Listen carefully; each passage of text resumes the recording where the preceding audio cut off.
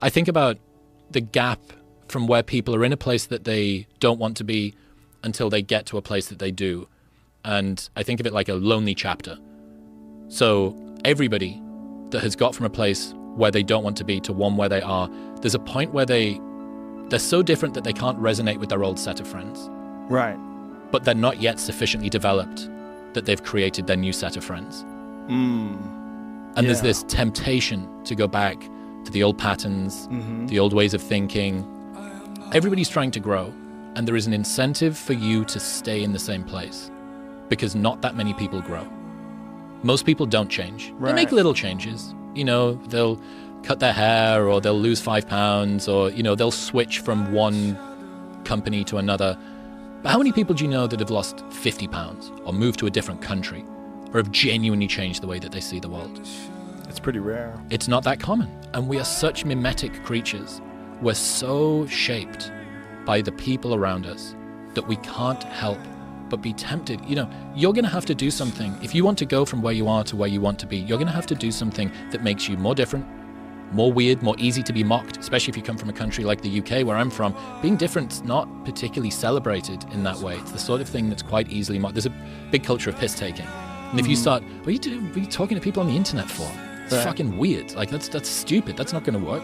Why are you going to do that? So if you don't have that level of enthusiasm, there is no support around you to tell you that the thing that you're trying to do, the taking up the martial art, why are you training this Taekwondo bullshit, like, you know, fucking 6 nights a week? Why are you coaching all of these mums and all of these, like, old guys on how to do Tai Chi or whatever? Why are you doing that? Well, because maybe I'm sort of pulled to it, and there is this temptation to go back to your old ways of thinking. Go back to the road that you already know how it's going to end. And I get the sense that this is not a bug, it is a feature.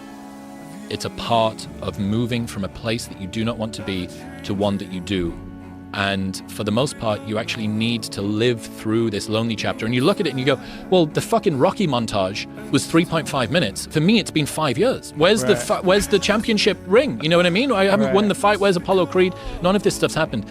If you watch it in the movies, yeah, sure, there's ups and downs in the journey of the athlete that's going to change his life around and get the girl.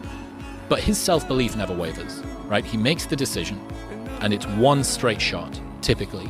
And there'll be some challenges, but he'll get there. His self-belief never wavers. I don't think that that's what the experience of doing personal growth is like at all. In my experience, you're just swimming in uncertainty and fear and a lack of belief that it's even going to happen. You don't even have the promise of glory on the other side of it. I don't even know if this is going to be worth it. And I'm fucking doing Sam Harris's waking up meditation app, and I'm journaling on a morning, I'm going to the gym. Why am I eating meat and fruit? Does this even work? Like, you know, you're doing all of this stuff, scrabbling like a guy in a fucking well, trying to find a handhold. If most people don't change, you are going to be an outlier if you're somebody who does change. I think about personal growth kind of like a rocket ship taking off. And as you take off, you've got a particular velocity that you're moving at. And what you want is to find other people moving at the same velocity as you. But the quicker that you move, the fewer people are going to be like you, right? So some people will be ahead of you, and you're in this lonely chapter, and then you catch up to them. And then, oh no. And this isn't, you know, some comment on people that work on themselves are like morally better or worse than anybody else. But it's just a stark sort of fact about you talk to people and you resonate with people that are at the same level of life as you are. And that kind of makes sense. You have things to discuss. You're encountering the same sorts of challenges, whether it's in terms of your self-worth or your wealth or your relationship status, or all of these things. Birds of a feather, right? And, you know, one of the, I guess, difficult realizations of people who want to change their life is that if you do it well, you might have to go through a period where you let go of all of your friends. But the really bad realization is if you do it really well, you might have to do that multiple times throughout your life. You find a group of people, finally, I've landed after that period where I was on my own and I didn't really understand. Oh fuck, I'm still going. And I now need, you mean I got to do it again? I've got to do it again.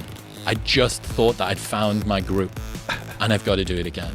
This lonely chapter thing is, it's a big deal. And I think that it explains why so few people make big changes, because the temptation is always going to be to just go back to what's normal, go back to what I know.